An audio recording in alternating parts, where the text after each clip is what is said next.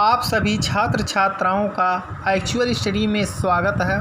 आज हम चाल, उसके प्रकार, वेग और उसके प्रकार के बारे में पढ़ेंगे। सर्वप्रथम हम लोग चाल का अध्ययन करेंगे।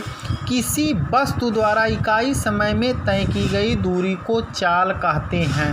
अर्थात यहाँ पर कोई वस्तु है, यदि वह यहाँ तक एक दूरी तय कर रही है तो इसके बीच में जो समय लग रहा है इसी को हम लोग चाल कहते हैं। अर्थात दूरी और समय के अनुपात को चाल कहते हैं। इसका SI मात्रक मीटर पर सेकंड होता है और CGS मात्रक सेंटीमीटर पर सेकंड होता है।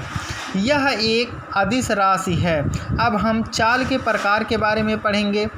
चाल 4 प्रकार के होते हैं। पहला है एक समान चाल।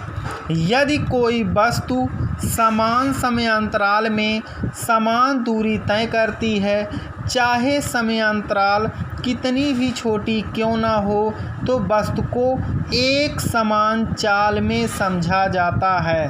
अर्थात यदि मान लिया कोई वस्तु यहाँ पर है, कुछ समय बाद वह यहाँ चली जाती है और फिर कुछ समय बाद यहाँ चली जाती है, लेकिन इन दोनों जगह पर जाने पर हमें उतना ही समय लगता है, इसीलिए हम इसे एक समान चाल कहते हैं।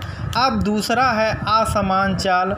यदि कोई वस्तु समान समयांतराल में असमान दूरी तय करती है तो उसे वस्तु की चाल असमान चाल कहते हैं। जैसे मान लिया कोई व्यक्ति यहाँ पर है, यहाँ से यहाँ तक जाने में उसे मान लिया 2 घंटे लगे, लेकिन यहाँ से यहाँ तक जाने में उसे 3 घंटे लगे, तो हम कह सकते हैं कि जो इसकी चाल है वह असमान है। अब हम तात्क्षणिक चाल के बारे में पढ़ेंगे।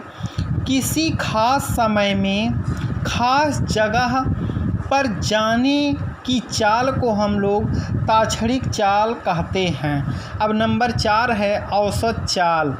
भिन्न भिन्न समयांतराल में तय की गई दूरी तथा तय करने में लगा समय के अनुपात को औसत चाल कहते हैं। अर्थात ये भिन्न भिन्न होंगे, लेकिन ये जो दूरी तय करते हैं उसमें प्रमुख रूप से अलग अलग समय लगता है, इसीलिए लेकिन इन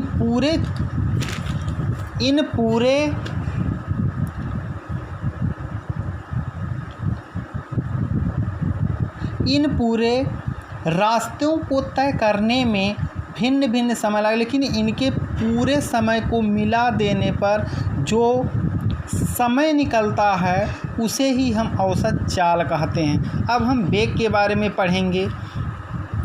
इकाई समय में तय किए गए विस्थापन को वेग कहते हैं। जैसे इकाई समय में तय किए गए विस्थापन को वेग कहते हैं। जैसे एक निश्चित समय में कितना समय लगा उसे ही हम वेग कहते हैं। जैसे हम यहाँ पर हैं, यहाँ से यहाँ तक जाने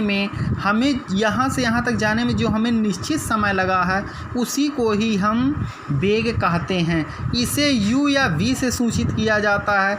u को हम लोग प्रारंभिक वेग अर्थात इसे प्रारंभिक वेग कहते हैं, जबकि v को अंतिम वेग कहते हैं। वेग बराबर होता है विस्थापन बटे समय। इसका SI मात्रक मीटर पर सेकंड होता है। यह एक सदिश राशि है। अब हम वेग के प्रकार के बारे में अध्ययन करेंगे। वेग 4 प्रकार के होते हैं। एक समान वेग। जब कोई वस्तु समान समयांतराल में समय विस्थापन तय करता है, चाहे समयांतराल कितना भी छोटा क्यों ना हो, एक समान वेग समझा जाता है। यदि मान लिया 2 लोग हैं, दोनों बराबर से गति करते हैं तो उसे हम एक समान वेग कहते हैं। अब नंबर 2 है असमान वेग।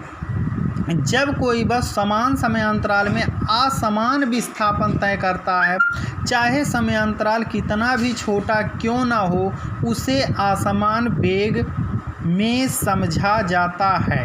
नंबर 3 है तात्क्षणिक वेग। किसी खास समय में खास बिंदु पर किसी वस्तु का वेग ताक्षणिक वेग कहलाता है। अर्थात कोई व्यक्ति यहाँ है और यहाँ तक पहुँचने में वह जल्दी करता तो उसे हम ताक्षणिक वेग कहते हैं। अब अगला है औसत चाल। भिन्न समयांतराल में तय किया गया कुल विस्थापन एवं उसमें लगे समय के अनुपात को औसत वेग कहते हैं। इससे आप लोग 2 से 3 बार वीडियो को देखिएगा, जिससे कि आप लोगों को अच्छे से समझ में आ जाए। जो लोग इस चैनल पर नए हों कृपया करके सब्सक्राइब कर लें और लाइक करके बेल आइकन की बटन दबा दें। धन्यवाद।